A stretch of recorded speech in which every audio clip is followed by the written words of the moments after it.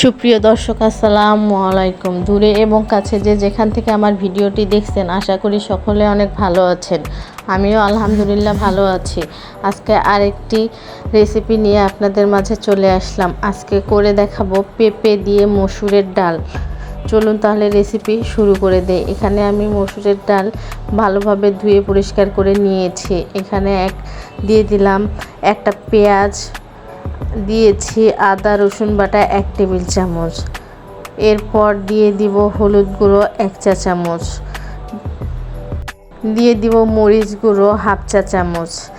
এরপর দিয়ে দিব জিরা গুঁড়ো 1/2 চা চামচ, দিয়ে দিব স্বাদ মতো লবণ, দিয়ে দিব 2টা তেজপাতা, 1টা দারুচিনি। রান্নার তেল দিয়ে ভালোভাবে সব কিছু মিশিয়ে নিব। ডালটা সেদ্ধ হওয়ার জন্য পানি দিয়ে দিব সামান্য পরিমাণ। পানি দিয়ে সব কিছু নেড়ে ছেড়ে দিব ভালোভাবে। এরপর ঢাকনা দিয়ে ঢেকে দিব বলক আসা পর্যন্ত। দেখুন আমার বলক চলে এসেছে। আমি এখন ভালোভাবে সব কিছু মিশিয়ে নিব। এই পর্যায়ে দিয়ে দিব কাঁচা মরিচ ফালি। আমি 4টা কাঁচা মরিচ ছোট করে ফালি করে নিয়েছি। এরপর ভালোভাবে মিশিয়ে নিব।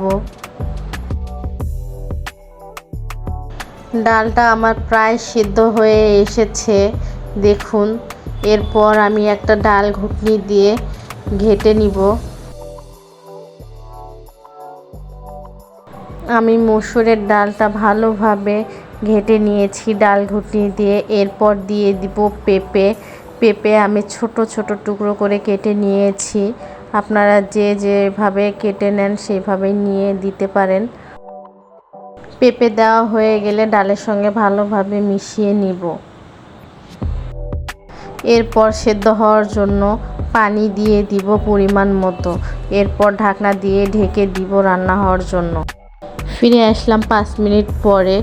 দেখুন রান্নাতে বলক চলে এসেছে। আমি ভালোভাবে সব কিছু নেড়ে চেড়ে দিব। আপু এবং ভাইয়াদের কাছে একটা রিকোয়েস্ট, যারা এখনও আমার ইউটিউব চ্যানেলটি সাবস্ক্রাইব করেননি, প্লিজ আমার ইউটিউব চ্যানেলটি সাবস্ক্রাইব করে দিবেন এবং পাশে থাকা বেল আইকনটি প্রেস করে রাখবেন। এতে করে আমি যখনই ভিডিও ছাড়বো সঙ্গে সঙ্গে নোটিফিকেশন পেয়ে যাবেন। আর যারা ফেসবুক থেকে দেখছেন অবশ্যই ফেসবুক পেজটি ফলো দিয়ে শেয়ার করে রাখবেন। রান্নাটা আমার হয়ে গিয়েছে। এরপর বাগার দিব। এখানে আমি রসুন পেঁয়াজ কুচি করে কেটে নিয়েছি। এরপর 2টা শুকনো মরিচ দিয়েছি। রসুন পেঁয়াজটা আমার লাল হয়ে এসেছে। আমি পেঁপেটাও দিয়ে দিয়েছি। দেখুন পেঁপে দিয়ে ঢাকনাও দিয়েছি। রান্না আমার হয়ে গিয়েছে। চলুন আপনাদেরকে পরিবেশন করে দেখাই। দেখুন কতটা সহজে পেঁপে দিয়ে মসুরের ডাল করে ফেললাম। এটা গরম ভাতের সঙ্গে খেতে ভীষণ মজার।